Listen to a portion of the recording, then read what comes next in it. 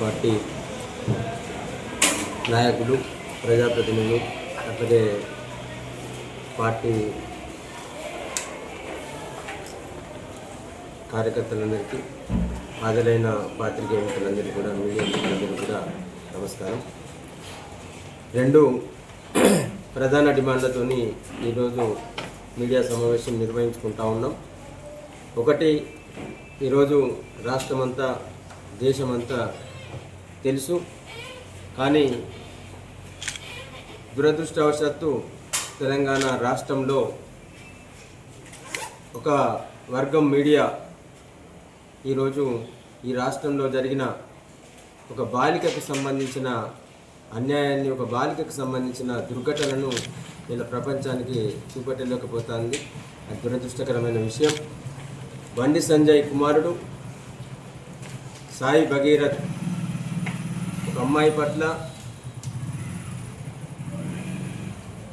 అఘాయిత్యం చేసి 6 నెలలుగా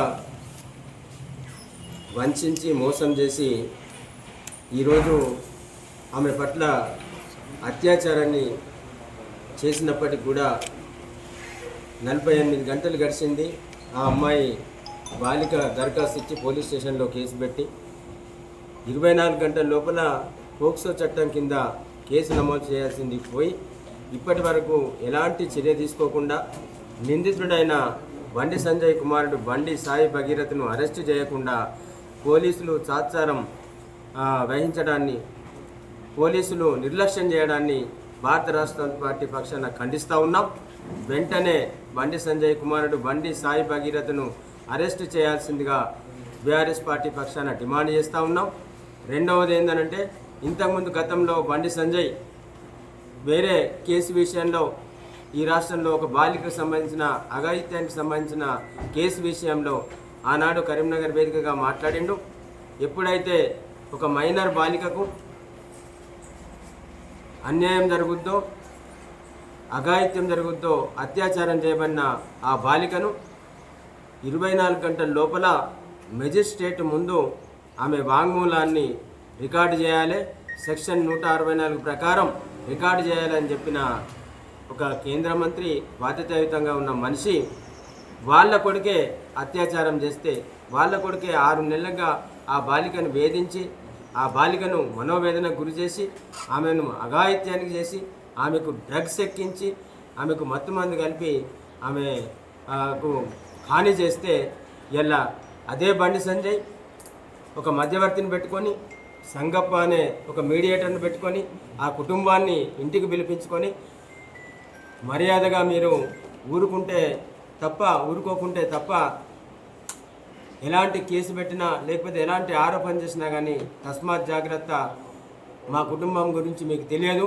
నా గురించి నీకు తెలియదు అని చెప్పేసి బెదిరించి ఇలా పోలీసులను కూడా కేసు పెట్టకుండా పక్కదారి పట్టించి ఇలా ప్రధానమంత్రి సభలో కూడా ఆయన మాట్లాడిన తీరు చూస్తే కొడుకు చేసిన తప్పును, కొడుకు చేసిన అఘాయిత్యాన్ని కప్పిపుచ్చుకునే దానిలక్క ఉన్నది.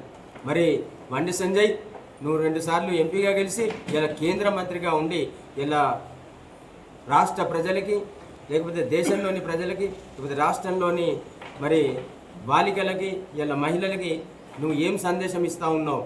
మరి కేంద్ర మంత్రి అయినా అంత మాత్రాన చట్టం నీకు వర్తించదా? లేకపోతే కోర్టు నిబంధనలు, పోలీస్ నిబంధనలు, రూల్స్ నీకు వర్తించవా అని చెప్పేసి మేము అడుగుతూ ఉన్నాం.